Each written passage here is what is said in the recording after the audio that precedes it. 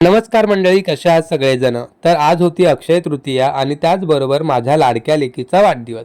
त्याच्यामुळे दिवसाची सुरुवात छान देवपूजेने केली.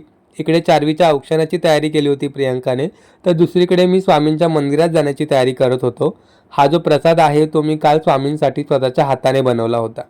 त्यानंतर लगेचच चारवीचं औक्षण करून घेतलं प्रियंकाने.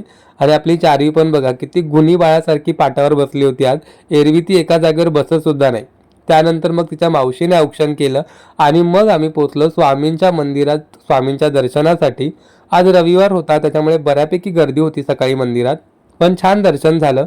त्यानंतर मग चारवीने तिथे आलेल्या सगळ्या भक्तांना स्वतःच्या हाताने चॉकलेट्स आणि प्रसाद वाटला.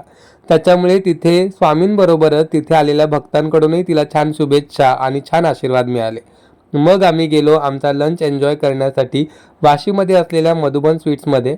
आता इथे आम्ही आधीही आलोय, त्याच्यामुळे आम्हाला येण्याआधीच माहिती होतं की इथे आमची खाण्यापिण्याची अतिशय मजा असणार आहे. तुम्ही बघू शकता किती व्हरायटी ऑफ फूड होतं तिकडे खायला.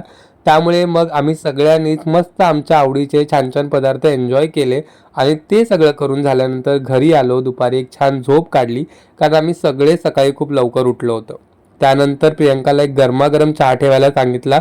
चहा पिल्यानंतर आम्ही लागलो संध्याकाळच्या तयारीसाठी, कारण संध्याकाळी होतं चारवीच्या बर्थडेचं छोटंसं सेलिब्रेशन आणि केक कटिंग. आणि इकडे बघा चारवी सगळ्यात जास्त एक्सायटेड होती डेकोरेशनसाठी. हे सगळं झाल्यानंतर मग आम्ही गेलो चारवीचा बर्थडेचा केक आणायला.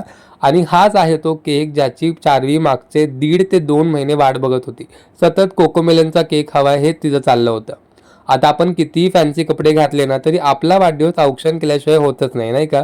छान मस्त औक्षण केलं आणि चारवीने मेणबत्त्या छान फुकून मस्त केक कट करून वाढदिवसाचं सेलिब्रेशन केलं. तर आय नो केक वरती मेणबत्त्या ज्या आहेत त्या विझवायच्या नसतात, पण मुलांना हौस असते म्हणूनच. त्यानंतर संध्याकाळी चारवीच्या मामाने अचानक सरप्राईज व्हिजिट दिली आणि चारवी भलतीच खुश झाली. तर अशा रीतीने छान वाढदिवस सेलिब्रेट झाला. कसा वाटला वाढदिवस नक्की सांगा.